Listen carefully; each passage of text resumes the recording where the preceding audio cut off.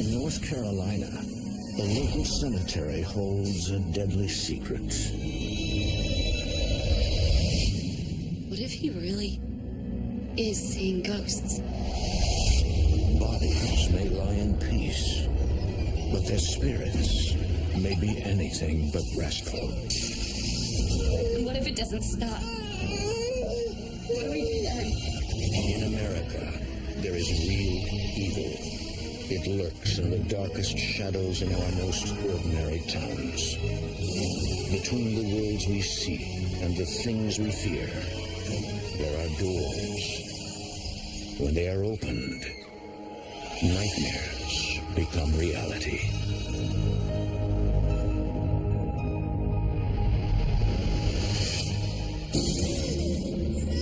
Come on out! Quit playing games! Diego! If you're in here, show yourself!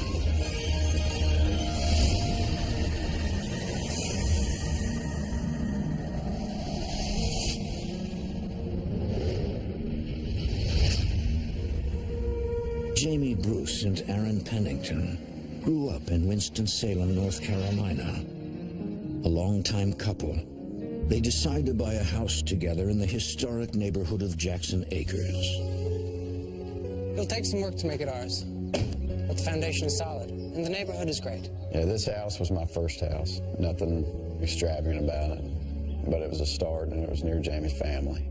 My vision for the house was being able to raise our children in the backyard and visualizing them being on the swing set and playing and running around and laughing and riding their bikes and calling it our own. What do you think? I think it's home. In the fall of 2008, the couple is settled in their new home with their two children, 1-year-old Lacey and 3-year-old Mason. And this one. Baseball. Baseball! What's that one? Aaron and Jamie enjoy their new neighborhood, but they have no idea that mysterious neighbors will change their lives forever. Almost every week, the family takes advantage of the local parks. One in particular becomes a favorite. Curiously, it's attached to a cemetery. The cemetery is only a few houses over from my house and across the street, and it's a very old cemetery, family owned and kept up, and I believe it's as old as Civil War time. I'm gonna go in, I'm gonna check it out. Okay, we'll wait out here for you.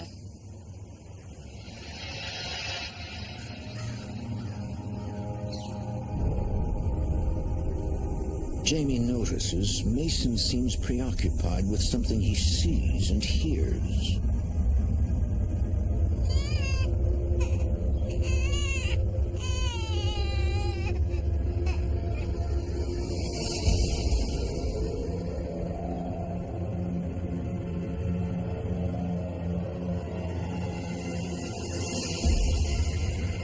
Hey, Mason, are you feeling okay? I want to go home. Okay. He wants to go home.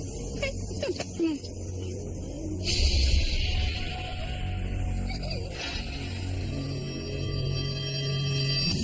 On weeknights, Aaron works the late shift as a manager at a trucking company. Sometimes he doesn't get home until dawn. Good night, Dad. I love you. You want to talk to him? Hey, any idea what time you'll be getting home? I wish I knew. Still waiting for, 2 more trucks to come in. My work schedule is usually kind of like a second and third shift combined. You go in at 2, 3, but you don't really know when you're going to get home. And it puts a lot more responsibility on Jamie. I miss him, and the kids miss him, and we just wished he could be home more.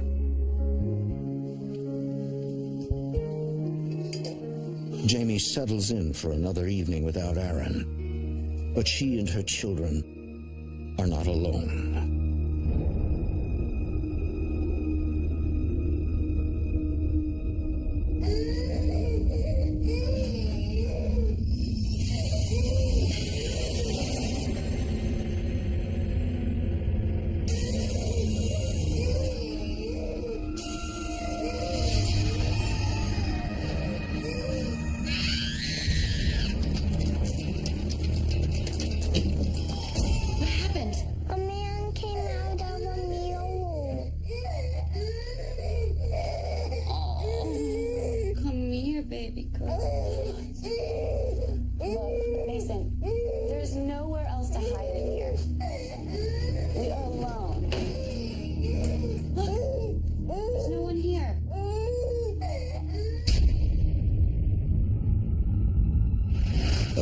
years later, when Aaron comes home, he learns of his son's dream.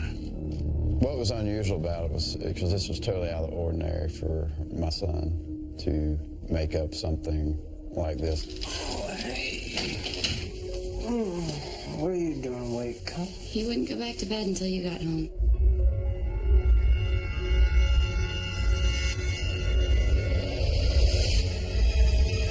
The next morning, after Aaron and Mason leave the house, Jamie finds herself experiencing the unexplained.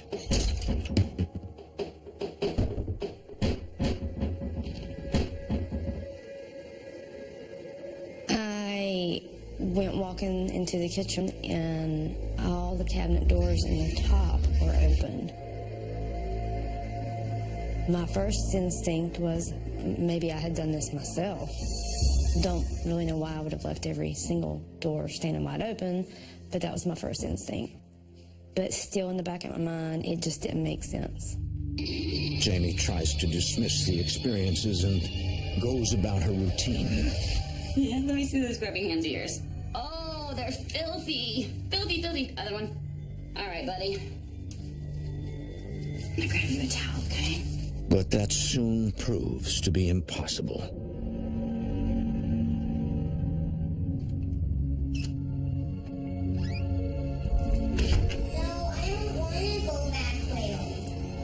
I had stepped out of the bathroom to grab a towel to get him out of the bath, and as I stepped into the hall, he started having like a serious conversation. Mason, are you talking to someone? And I kind of listened for a minute, couldn't really make out what my son was saying.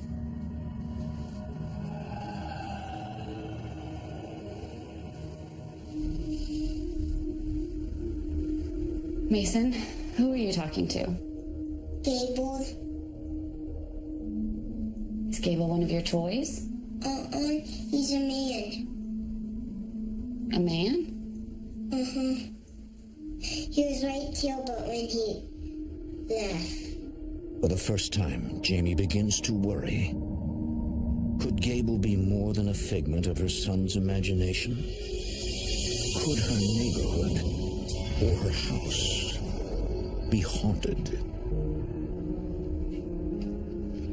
Mason, Mommy and I want to ask you something. Where did you hear the name Gable? Was it on TV or at school? He told me. Who told you? Gable. And I still kept thinking that maybe he was just imagining, and he kept telling me he was real. He promised he was real. Honey, we know that Gable isn't a real person. He's so real. Okay, well, if he's real, then where is he? In room. Gable's in the bedroom? Okay, well, why don't you go and get him? Tell him we want to talk to him. My heart dropped a little bit at that moment when he said he's back here in the bedroom. And that's when I said, well, if he's back there, go get him.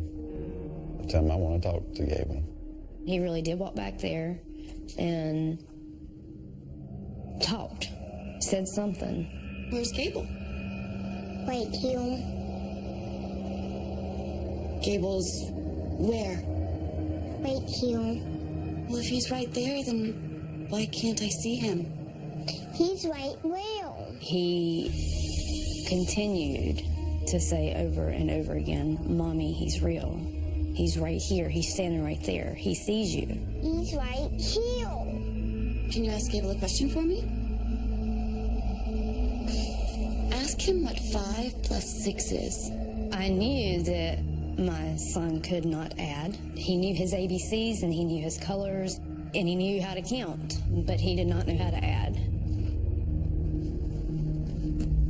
Our mouths just dropped. Oh my gosh. What do you think now? What are you supposed to believe? Do you believe your child now or not? Jamie and Aaron are shocked that they may have a ghost lurking in the shadows of their home. and its target may be their son. It kind of sent some chills up my back. What if there is a ghost in here by the name of Gable, and my son's telling them the truth? Their friend Pam Marsh is starting to believe it as well. Stop, it's my turn. I said stop it. Mason, is Gable going to be joining us for dinner? Her son's demeanor let us know that this was something very serious by the look on his face. He has to work. We questioned him, and the answers he gave us let us know that he really believed this. Mason, quit being silly and go get ready for dinner. Come on, we can't play in here. It was really odd that he believed so intensely. I'm beginning to believe him. Me too. It was pretty weird, and he was dead serious.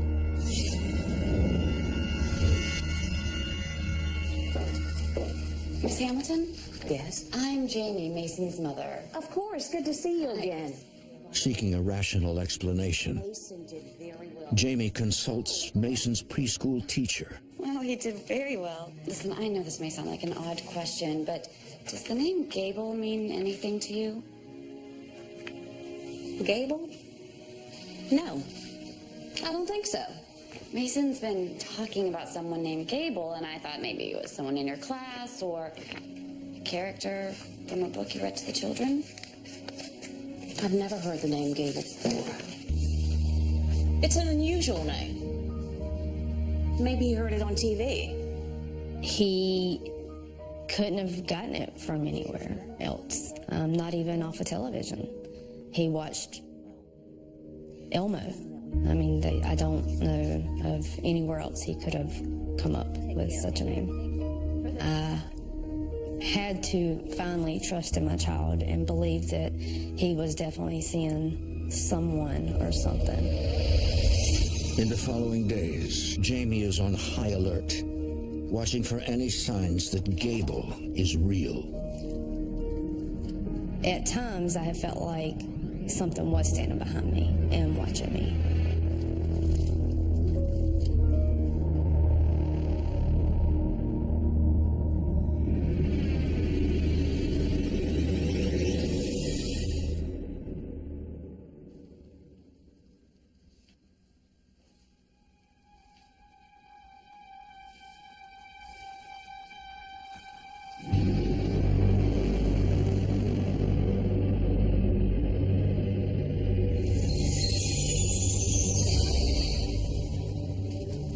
I was a little unsure if my mom was overreacting or if something really was watching me. You had it in the back of your mind like something wasn't right. Something was, you felt out of place. Seeking comfort from her friend Pam, Jamie is interrupted, this time, by mysterious sounds. I just don't know what to say to him anymore. I mean, he talks to Gable more than he talks to me. Please, you know Aaron. He has an explanation for everything. But he doesn't have to spend half the night here alone.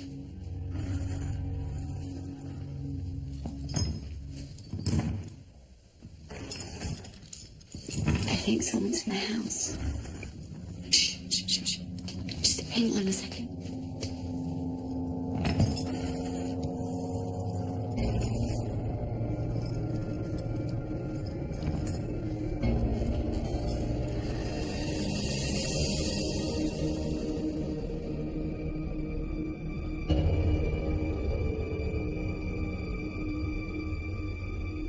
There was nothing there.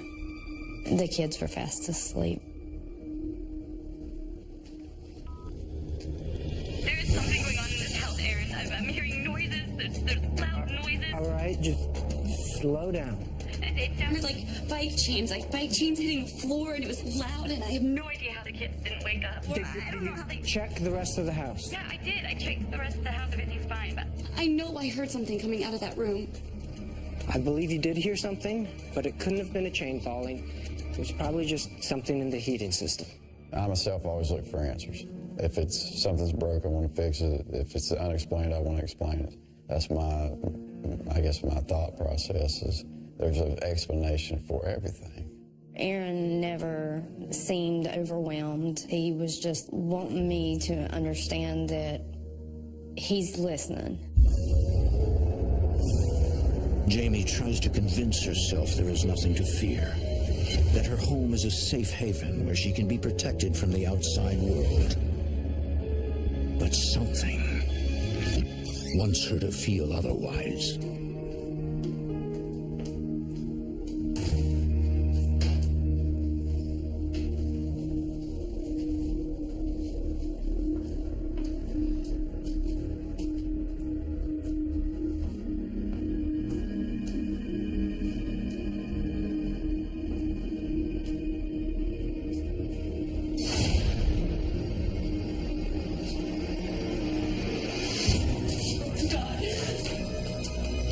I looked up at the monitor to check on the children, and I saw smoke, real thick smoke, going from one side of the TV to the next.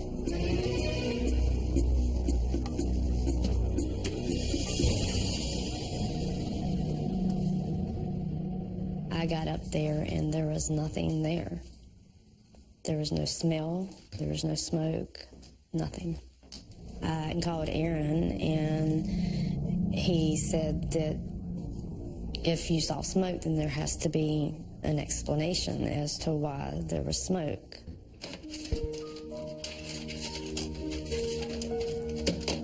Everything looks fine. Maybe what you saw was static. The camera could have picked up some kind of interference. No, I know what I saw. It was smoke.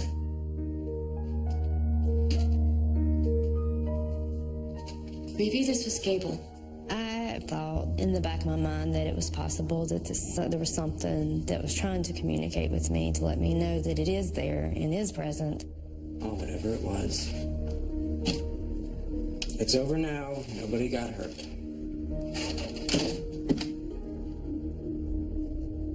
Just let it go.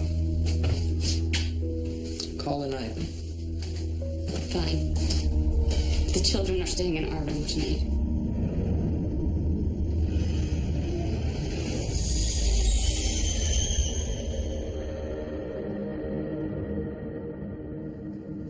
Jamie, Aaron, and Mason are finally able to rest. But their daughter Lacey is not.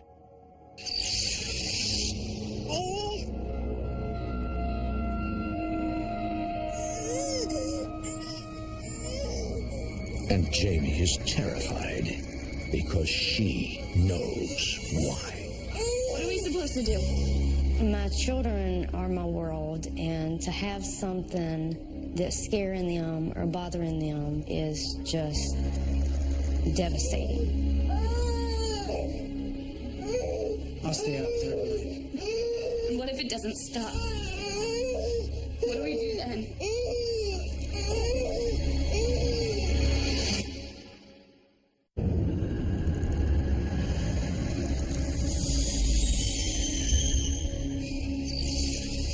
Jamie is now convinced that the entity seen by her children may not be imaginary.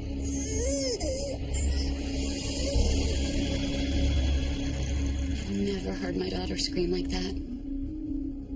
She just kept looking like something was in there. I mean, she probably just had a bad dream.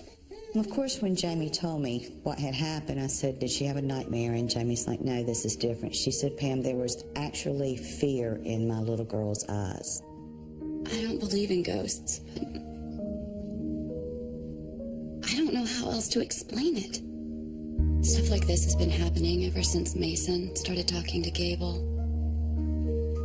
What if he really is seeing ghosts? While Aaron again works late, Jamie tries to sleep, unaware that Gable may not be the only entity haunting her house.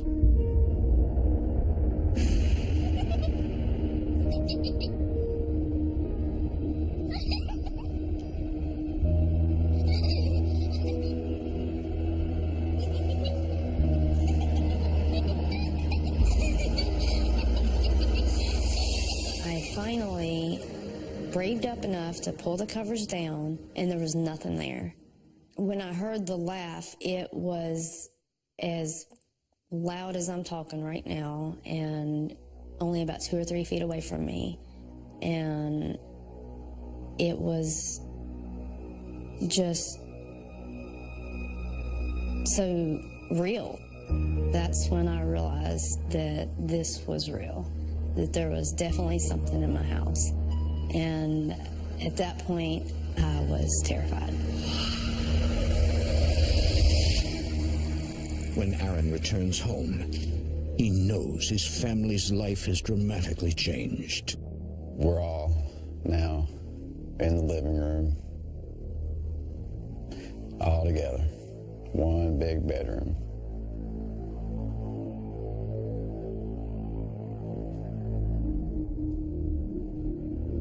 Now, it's Aaron's turn to listen.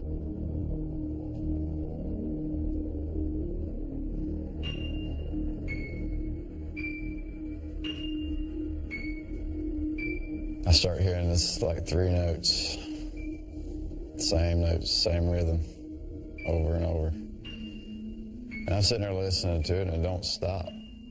It just don't stop. It goes on for like 5 minutes. I'm thinking maybe it's the little kids' little toy pianos in the basement, or maybe it's something in my closet. I don't know. I didn't know what it was. I'm sitting there trying to figure out what is this noise.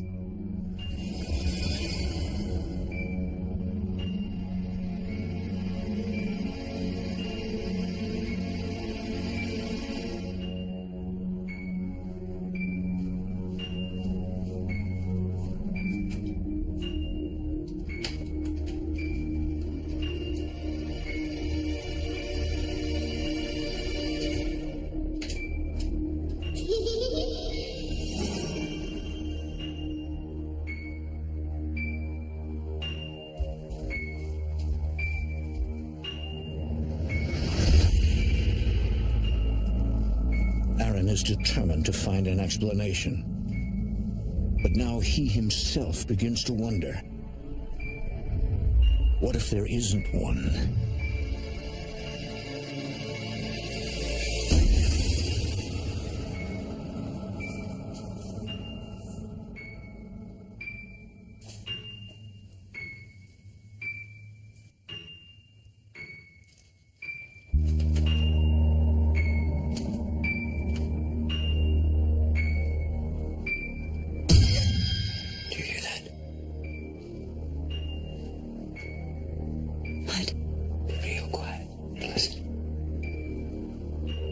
And I listened, and sure enough, it was a piano playing, just plain as day, and it sounded like it was in the next room. What is it? Searched the entire house. I can't figure out where it's coming from. It sounds like our old piano. We used to have a piano in our home when we first moved there. That doesn't make any sense. First Gable, then a child's laughter, now terrifying sounds. What could be next? I woke up to a real muffled sound.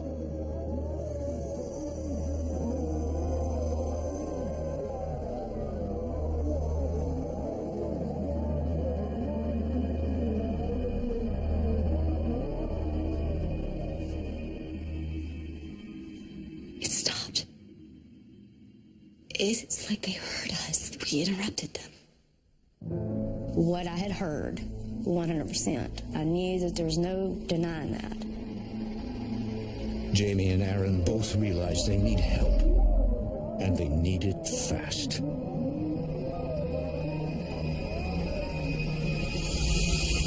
For more A Haunting, go to DestinationAmerica.com.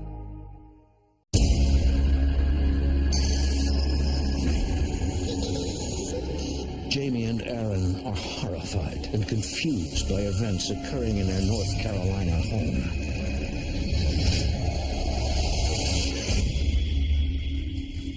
Jamie has decided it's time to figure out what could be causing the bizarre behavior. I finally had to do some research and figure out, how bad these things can actually get. I was bound and determined that I was not going to let it get to that point. But helpful information comes in a most unexpected way. We're back with best-selling author Philip James. Mr. James is a paranormal researcher and investigator, and he's written a new book called Earthbound Spirits. A lot of times we are... From an unlikely source, Aaron learns for the first time how they might deal with paranormal activity. The expert had said that if it knows that you're aggravated, it feeds off of that. It's going to continue. It's not going to stop. Jamie learns that the most important thing she can do to rid her house of the entity is to face her fear. Mommy? I'm sorry, sweetie. Did I wake you? No, it was Gable. He wants to play. Is Gable here right now?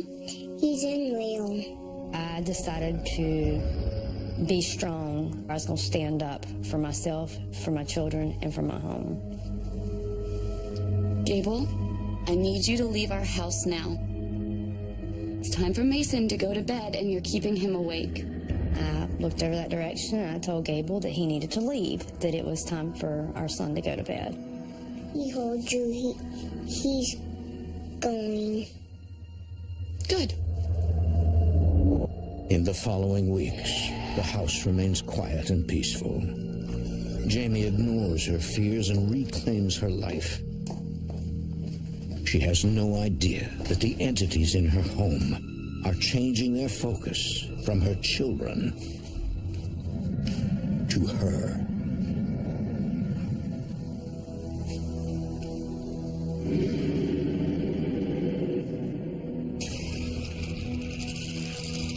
Something had stepped on the back of my pants legs.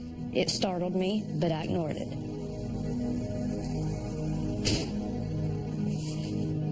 As I go to get up the steps, I realized I forgot to cut the dryer on.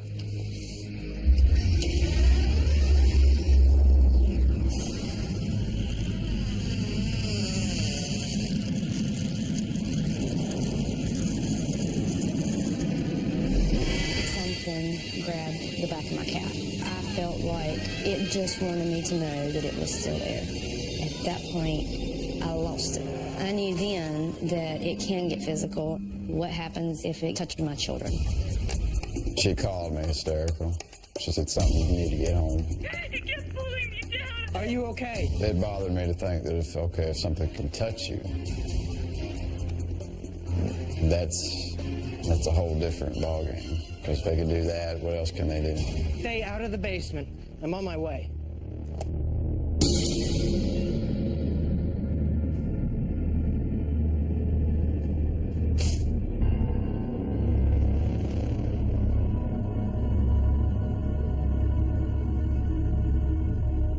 If you're here, I want to see you. I wanted to let it know, hey, this is my way of inviting you. Got the lights off, it's just me and you. You really want me to believe in you? Come on out! Quit playing games! I was so angry at it, I wanted to see it. But the entity remains hidden. Gable! If you're in here, show yourself! When Jamie's friend Pam Marsh learns of the heightened paranormal activity, she enlists the aid of investigators Pam Nance and Ashley Field. After reviewing the past events, they are puzzled until they suddenly make a connection to the graveyard near the home. The family had visited this cemetery on their property. When they came back from the cemetery, shortly thereafter, the activity started, which leads me to believe that they brought something back with them. When the investigators arrive at the house, they find unusually high levels of electromagnetic energy, signs that supernatural entities are indeed present. They decide to try to communicate with whomever or whatever is occupying the house by videotaping an EVP session and record electronic voice phenomena.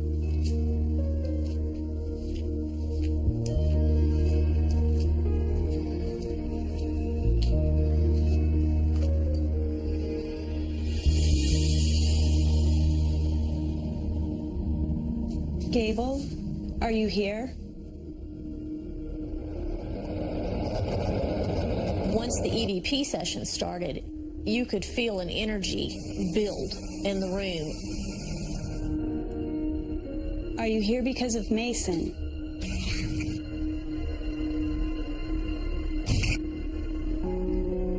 Do you want to play with Mason?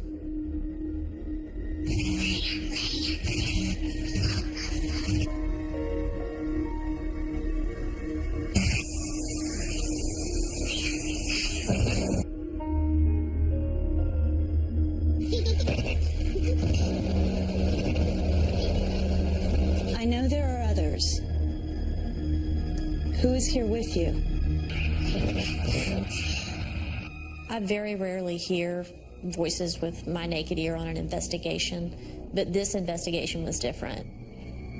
The feeling in the room became just one of complete uneasiness. It was not going to get better. It was going to get worse. Jamie, would you turn on the light? It felt like a bubble was forming on the front of that mirror and pushing out a very negative energy, and it was about to explode.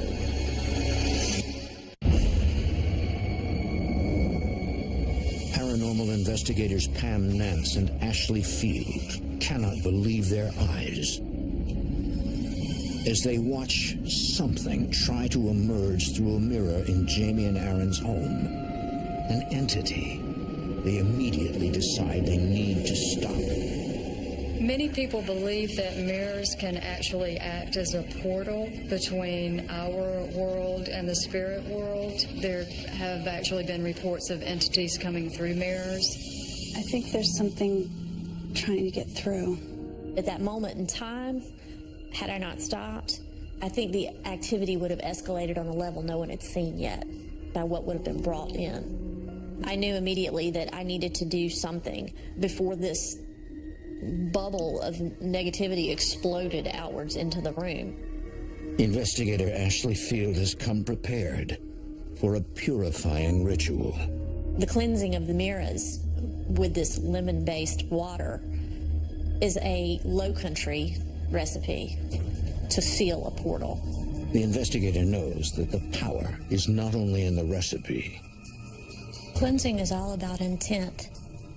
It's not a power that anybody gives you. It's all about your intentions, what you're putting out there. If you're putting out good and you're wishing for good and you want the bad gone and you're pushing away negative energy, it's like getting away from bad people. Now we just have to get rid of what's already here. The sage will free the room of the spirits. The investigator uses a Native American tradition known as smudging to purify the air. You start from the center of the room and you move outward, pushing all the negativity out of the room. You start in one room and you keep moving through each room. You have to have a door or a window cracked prior to starting this process so whatever's in there can leave. Otherwise, you're just chasing it from room to room.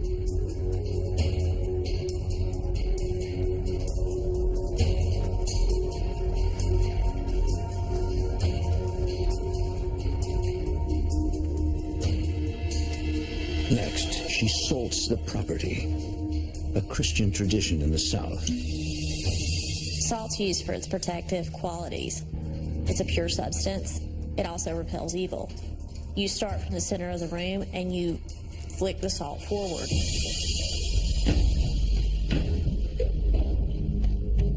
The salt water I used was from an outgoing tide. It's based on the same principle of baptism in the ocean. You always baptize on an outgoing tide to pull away your sins and the negative.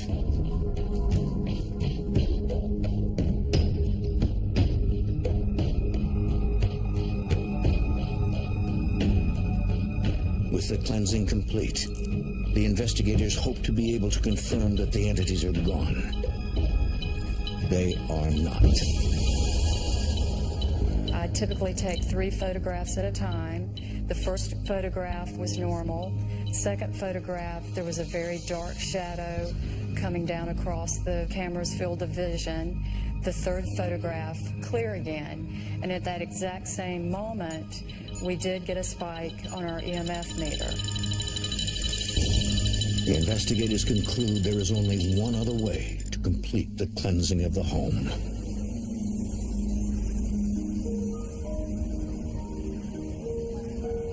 They need to return to the place where the bizarre occurrences began. Pam, come look at this.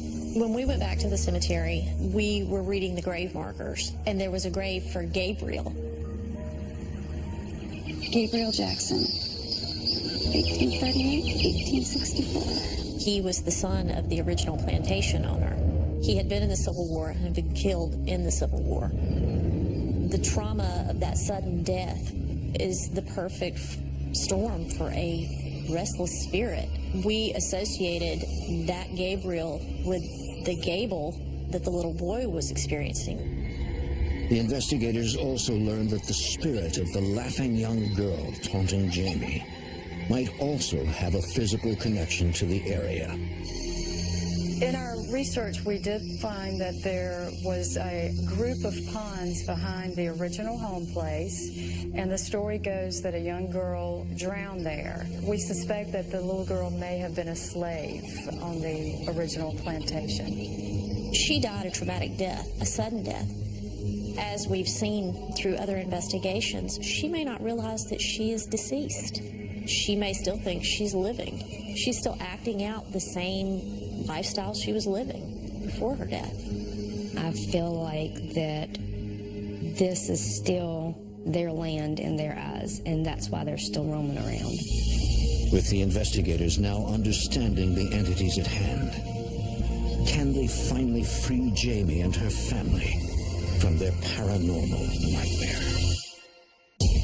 For Jamie and Aaron, what began as a visit from their son Mason's imaginary friend Gable has evolved into a paranormal experience for the entire family. Investigators have determined that more than one entity haunts the home. While they now have an idea who these lost souls might be, they know there is only one way to put them to rest: through the power of prayer. Now I need you to do something. I need you to say a blessing to complete the cleansing and to reclaim your house. The homeowner should always be present when you do a cleansing. It's their home. They have to take back ownership. They need to be there with you. They need to reiterate and reinforce what you're doing. Because when you leave, it's just them again. Kind of blessing. Any kind. As long as it's something you truly believe in. To effectively do a cleanse, it has to be based on what the homeowner believes in. Our Father, who art in heaven, hallowed be thy name. Thy kingdom come. Thy will be done on earth as it is in heaven. Give us this day our daily bread. And forgive us our trespasses as we forgive those who trespass against us. God. And lead us not into temptation, but deliver us from evil. For thine is the kingdom,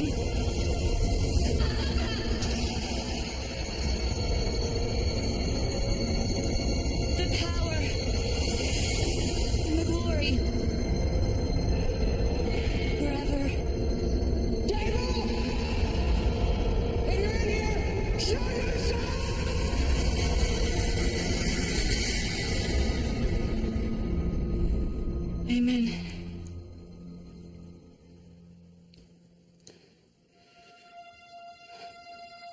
They're gone, aren't they?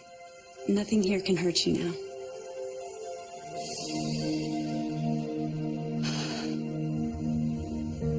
It was a long night, but I really appreciate you welcoming me. Hey. Did he sleep? No sleep. Thank you. You've given me my home back. We didn't do that. You did that. The power and the rituals came from you. And if anything like this starts up again, just remember, you're strong enough to stop it yourself. Thank you. I was very thankful for having them come and to give me that strength and to know that no matter what, I own that home. I knew by them telling me that I could do this and that I was strong enough to do this, that I could do it. And I was determined. I was going to do exactly what they said. For Jamie, Aaron, Mason, and Lacey, their paranormal nightmare is over. Hey. Oh, I missed you. After the cleanse, it was like a huge burden lifted. Jamie was smiling more. She felt validated. It's kind of like maybe we can pick up where we left off. You know, it's time to focus on other stuff.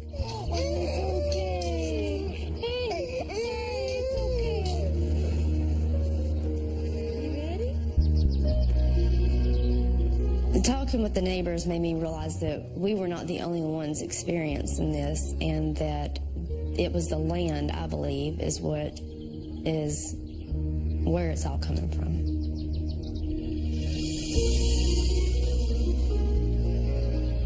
Before I'd listened to the stories I've seen on TV, I've always just automatically thought there's always an explanation. Now that I've seen it and heard things, there has to be more. If you're closed-minded to any idea, then the less you're ever going to learn. I would tell any skeptic to be more open-minded. You just need to listen. Just listen.